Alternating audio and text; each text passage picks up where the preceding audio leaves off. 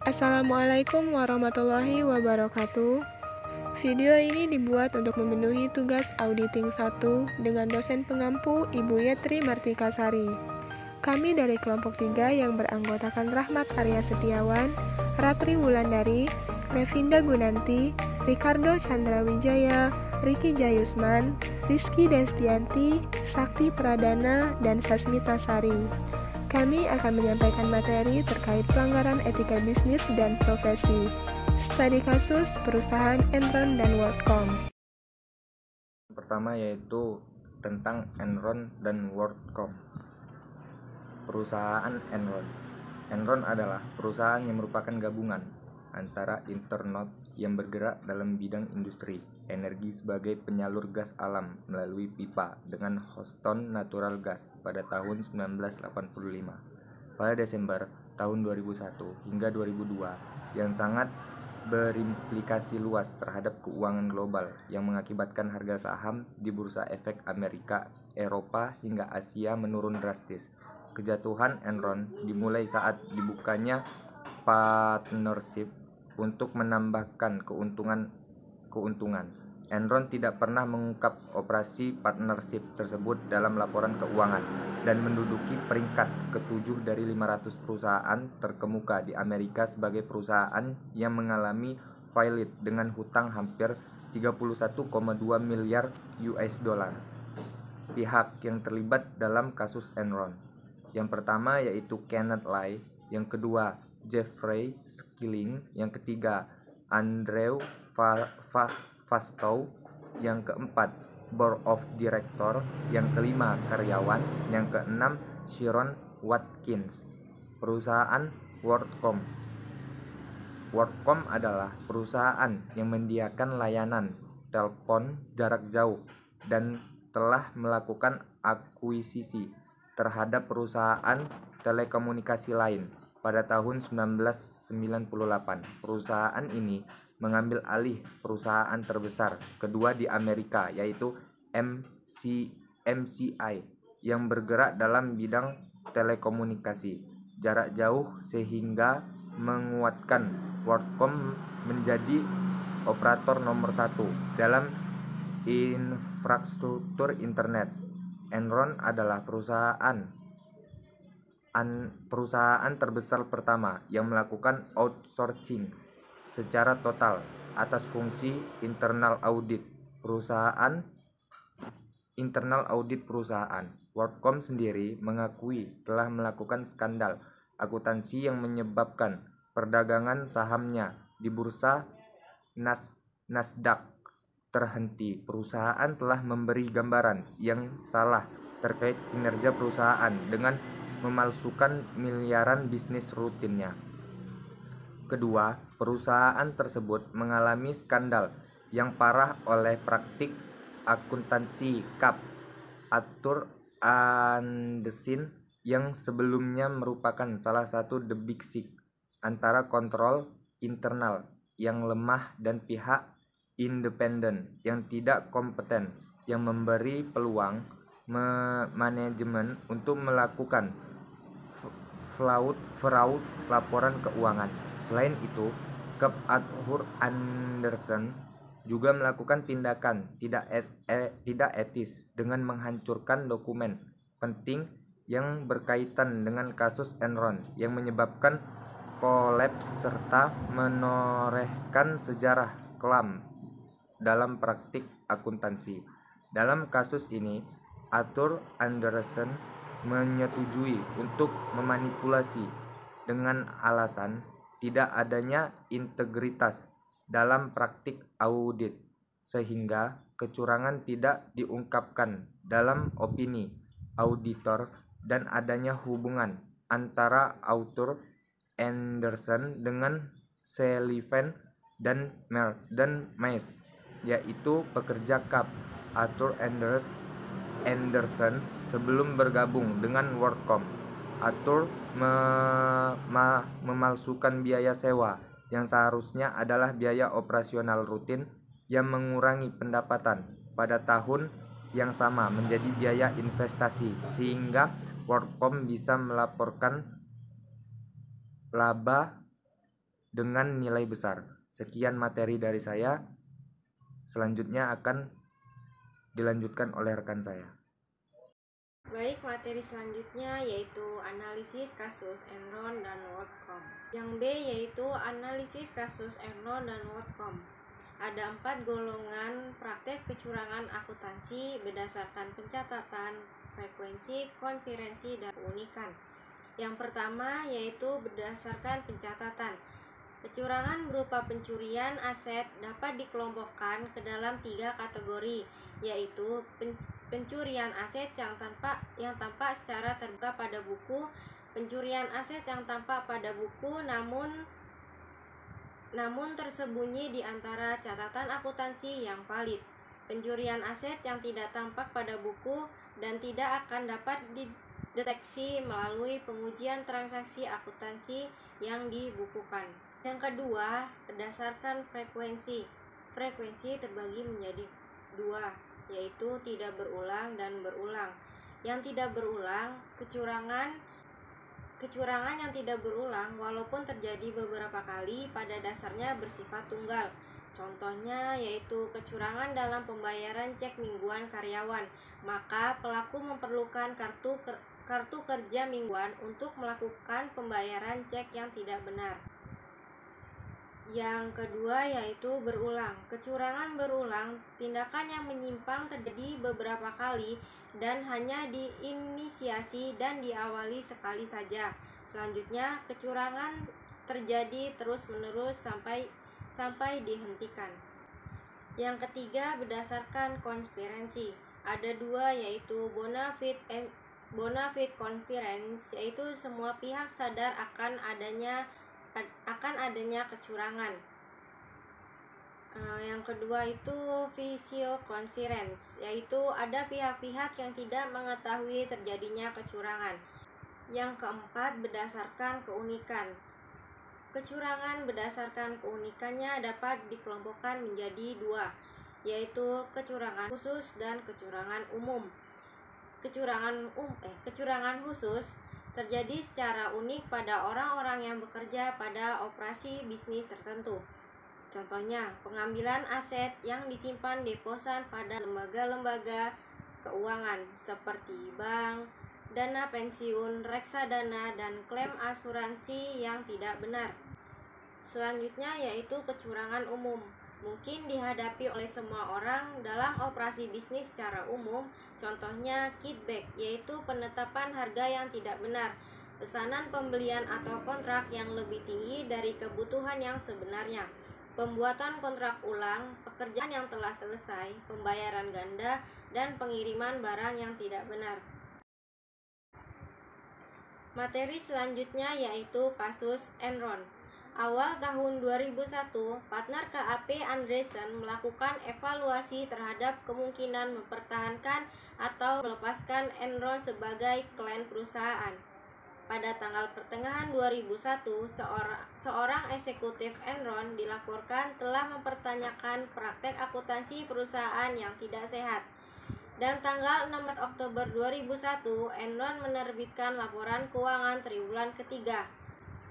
Dan pada tanggal 2 Desember 2001, Enron mendaftarkan kebangkrutan dan memecat 5.000 pegawai.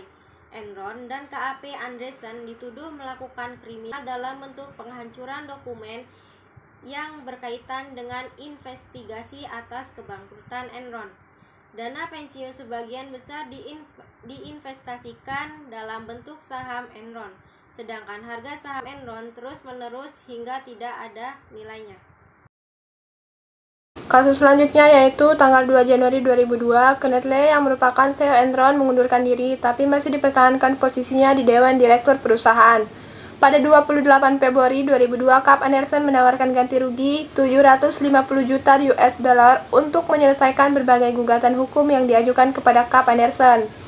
Pada 14 Maret 2002, Departemen Kehakiman Amerika menyatakan KAP Andreessen bersalah atas tuduhan melakukan penghambatan peradilan karena pemusnahan dokumen. Pada 26 Maret 2002, CEO Andreessen, Joseph Brandino mengundurkan diri dari jabatannya. Dan pada 8 April 2002, seorang partner KAP Andreessen yaitu David Duncan yang bertindak sebagai penanggung jawab audit Enron mengaku bersalah atas tuduhan melakukan hambatan proses peradilan dan setuju untuk menjadi saksi kunci di pengadilan bagi kasus Cap Anderson dan juga Enron.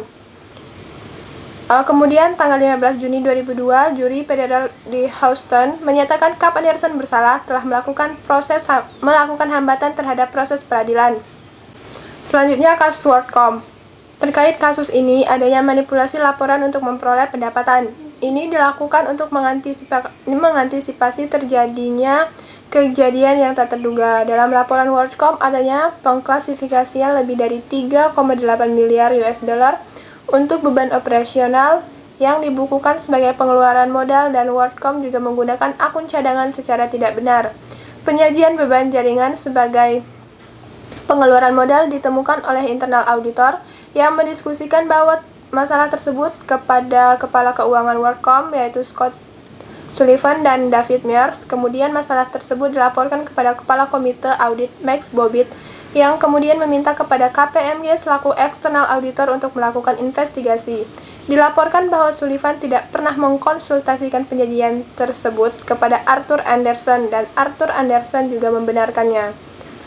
Berdasarkan dokumen internal dan email WorldCom mengindikasikan bahwa sebenarnya pihak eksekutif juga mengetahui adanya salah saji tersebut.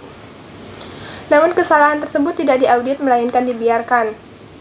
Di sisi lain, beberapa pengamat juga menyatakan bahwa Arthur Andersen seharusnya lebih peka terhadap kondisi keuangan WorldCom yang dapat mengakibatkan manajemen perusahaan melakukan hal di luar kewajaran praktek akuntansi. Baiklah, materi yang selanjutnya yaitu kaitan kasus Enron dan WorldCom dengan pengendalian sistem informasi, akuntansi, dan solusinya. Menurut Committee on Auditing Procedure American Institute of Certified Public Accountant atau ICPA, pengendalian internal itu mencakup rencana organisasi dan semua metode serta tindakan yang telah digunakan dalam perusahaan untuk mengamankan aktivanya, mengecek kecermatan dan keandalan dari data akuntansinya, memajukan efisiensi operasi, dan mendorong ketaatan pada kebijaksanaan yang telah ditetapkan pimpinan. Sistem pengendalian internal terdiri atas kebijakan dan prosedur yang dirancang untuk memberikan manajemen kepastian yang layak bahwa perusahaan telah mencapai tujuan dan sasarannya.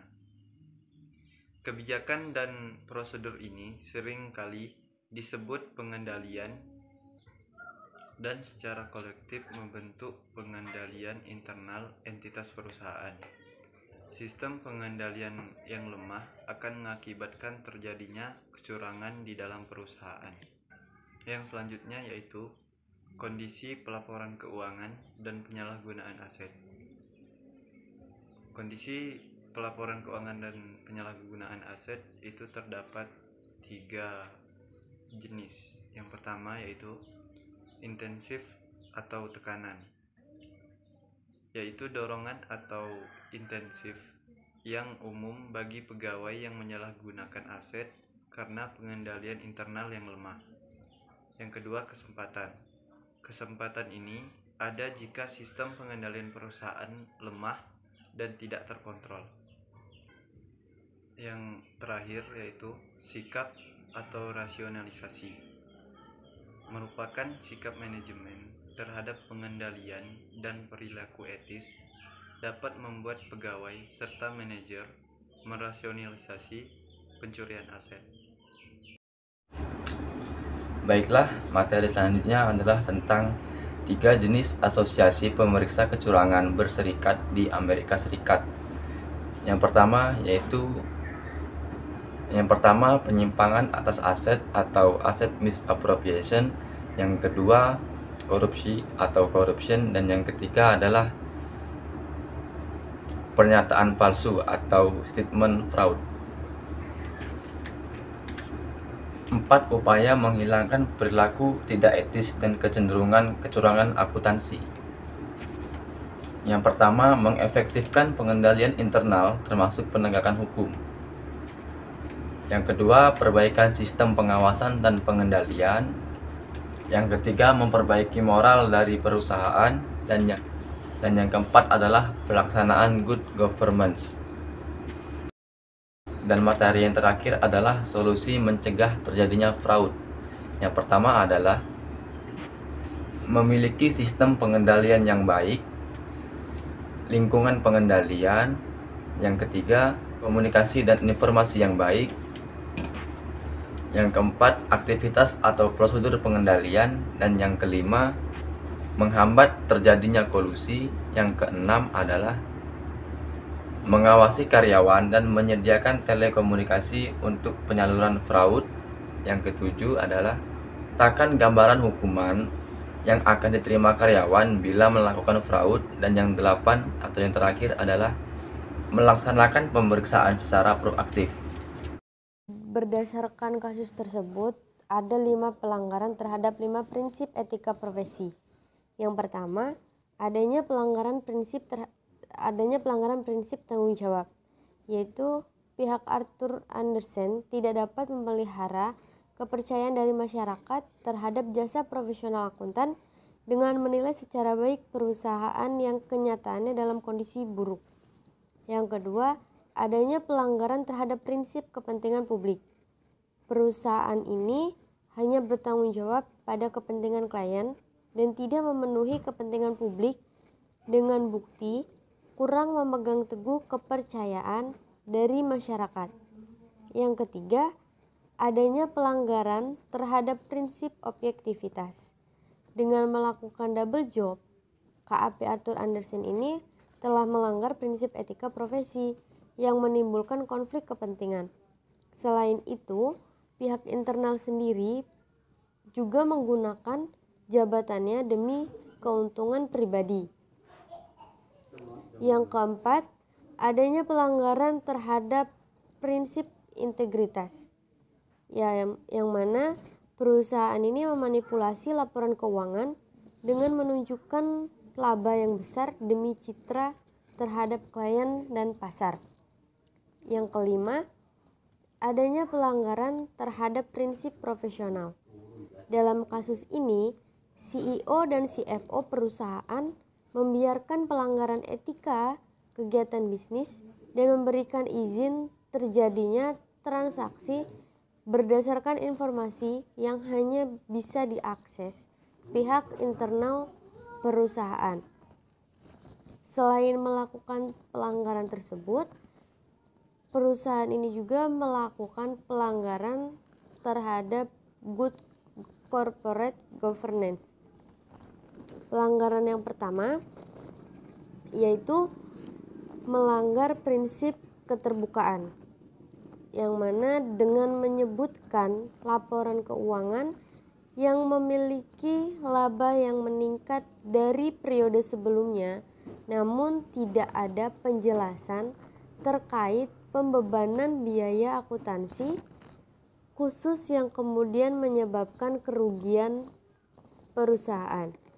Yang kedua, adanya pelanggaran prinsip pertanggungjawaban, yang mana perusahaan Enron ini sengaja memberikan dana pensiunnya yang diinvestasikan dalam bentuk saham, dan kemudian perusahaan Enron ini mengalami kerugian yang juga ditanggung pihak pegawainya. Kedua perusahaan ini sama-sama tidak mempertanggungjawabkan hasil laporan keuangannya. Yang ketiga, melanggar prinsip kemandirian atau independensi. Jadi terkait pelanggaran ini, perusahaan tersebut melakukan outsourcing secara total atas fungsi internal audit yang telah dilakukan tanpa terfokus pada prinsip yang berlaku. Yang keempat, melanggar prinsip kesetaraan atau kesetaraan dan kewajaran. Jadi dalam kasus Enron ini, pemimpin perusahaan melakukan tindakan tidak adil kepada pemegang saham karena menjual sahamnya ketika mengetahui akan terjadi kerugian. Yang kelima, melanggar prinsip pengawasan. Jadi perusahaan ini tuh menutup mata dan membiarkan hal tidak wajar yang dilakukan pihak manajemennya dan malah ikut serta dalam pemanipulasian laporan keuangan tersebut. Baiklah, saya akan melanjutkan materi yang berjudul dampak dari kasus Enron dan WorldCom. Adanya kasus tersebut tidak hanya berdampak pada perusahaan yang bersangkutan, tetapi juga pada profesi akuntansi, yaitu adanya perubahan tatanan kondisi maupun regulasi praktik. Bisnis di Amerika, yaitu pemerintah Amerika menerbitkan SOX atau Sarbanes-Oxley Act untuk melindungi investor melalui peningkatan akurasi dan reliabilitas pengungkapan perusahaan. Kemudian ada 5 perubahan dari kasus Enron dan WorldCom. Yang pertama, KAP dilarang memberikan jasa non-audit kepada perusahaan yang diaudit. Kedua, KAP membutuhkan persetujuan komite audit perusahaan sebelum mengaudit. Ketiga, KAP dilarang memberikan jasa audit jika partnernya telah memberikan jasa audit selama 5 tahun berturut-turut. Keempat, KAP harus segera membuat laporan kepada komite audit yang menunjukkan praktik akuntansi yang sesuai standar akuntansi. Yang kelima atau yang terakhir, KAP dilarang memberikan jasa audit jika CEO, CFO dan Chief Accounting Officer, Controller Client sebelumnya bekerja di KAP dan mengauditkan setahun sebelumnya. Kemudian dampak terhadap publik dan lembaga-lembaga publik. Yang pertama, menurunnya kepercayaan publik terhadap kejujuran, transparansi, baik dari direksi perusahaan maupun dari perusahaan audit dan bahkan kredibilitas pasar modal itu sendiri. Yang kedua, lembaga keuangan internasional mengalami kerugian akibat bangkrutnya Enron, sehingga membuat mereka semakin berhati-hati dalam membidik peluang investasi. Adapun dampak yang dialami investor dari adanya 2 kasus besar tersebut, yaitu para pemegang saham atau investor Enron melakukan gugatan class action terhadap para biggest players di Wall Street Enron dengan tuduhan melakukan penipuan atau fraud. Gugatan itu perlu dilakukan untuk melindungi kepentingan publik. Kolapsnya Enron juga mengguncang neraca keuangan para kreditornya yang telah mengucurkan miliaran dolar, yaitu JP Morgan Chase dan Citigroup adalah 2 kreditor terbesarnya. Selain investor, para karyawan perusahaan juga terkena dampaknya, tidak hanya kehilangan pekerjaan tetapi juga tabungan pensiunan mereka. Karena Enron menerapkan hukum perpajakan di Amerika, yaitu dengan menanamkan seluruh tabungan pensiunan dari pegawai-pegawainya dalam bentuk saham perusahaan.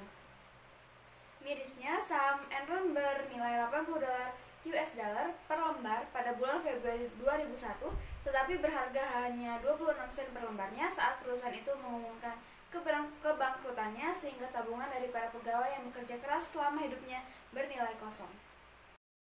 Baiklah, dari kedua kasus besar tersebut dapat disimpulkan bahwa telah terjadi pelanggaran kode etik yang dilakukan perusahaan Enron dan Cap Arthur Andersen, di mana awalnya bagi Enron pelanggaran tersebut membawa keuntungan, namun pada akhirnya menjadi kehancuran bagi Enron dan Cap Arthur Andersen. Tidak hanya merugikan pihak internal saja, adanya kasus pelanggaran tersebut juga merugikan berbagai pihak eksternal lainnya. Dalam hal ini, fungsi seorang auditor independen tak hanya memastikan bahwa laporan keuangan sebuah perusahaan sesuai dengan aturan dan standar akuntansi, tidak melanggar kode etik profesi, tapi juga memberi investor maupun kreditor gambaran yang fair serta akurat tentang apa yang terjadi agar mendapatkan kepercayaan masyarakat yang tinggi kepada perusahaan. Praktik kecurangan akuntansi ini dapat dicegah dengan adanya komitmen tinggi untuk berperilaku jujur. Sekian yang dapat saya sampaikan. Selanjutnya saya kembalikan kepada moderator. Saya akhiri. Wassalamualaikum warahmatullahi wabarakatuh.